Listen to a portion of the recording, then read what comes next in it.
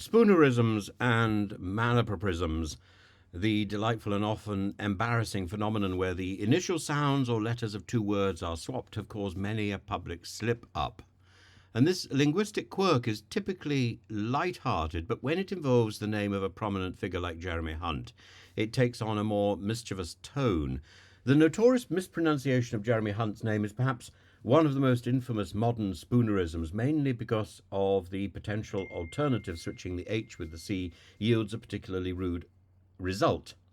And journalists and broadcasters are often under immense pressure to maintain flawless delivery, but this exact error has repeatedly caught out even the most seasoned professionals, including James Naughtie, Robert Preston, Sophie Ridge, and now Nick Robinson.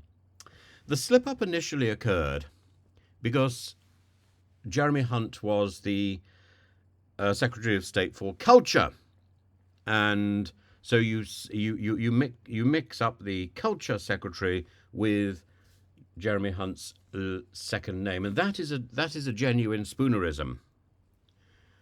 To mess up Jeremy Hunt without that recognition of the Culture Secretary issue is not a spoonerism, it's just bad taste.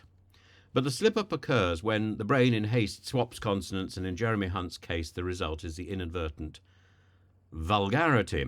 This isn't merely a slip of the tongue, it's a full-on public relations faux pas, amplified by Hunt's high-profile roles, including that of Chancellor, where his name has been omnipresent. I suppose Chancellor Hunt would be another opportunity for spoonerism. As Culture Secretary, his oversight of media, including broadcasting standards, made the original incident in 2010 painfully ironic.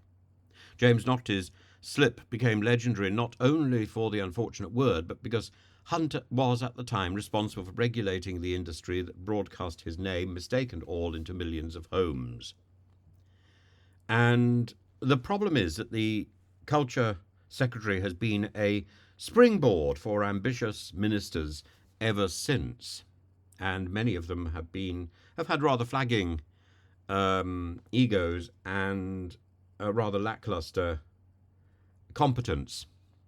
Jeremy Hunt not least of all, so he fits in very well with that record. But it means that the Culture Ministry hasn't really had the sort of support that it needs. It's had this sort of dilettante interest, and the last decent Culture Secretary seems to be the one of those in Tony Blair's government, who lasted for a good few years.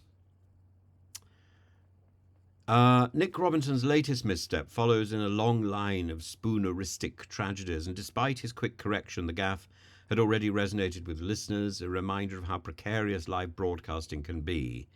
Even though these mistakes are unintentional, they often garner widespread attention, and for Jeremy Hunt, it's a challenge to his reputation that has remained a running joke. And of course, now I suppose anybody who's doing a live interview with Jeremy Hunt, this must be at the forefront of their brain.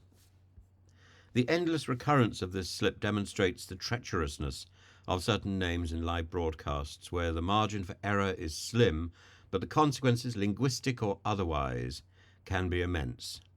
The public amusement, however, continues, with Hunt's name forever etched into the annals of spoonerism history.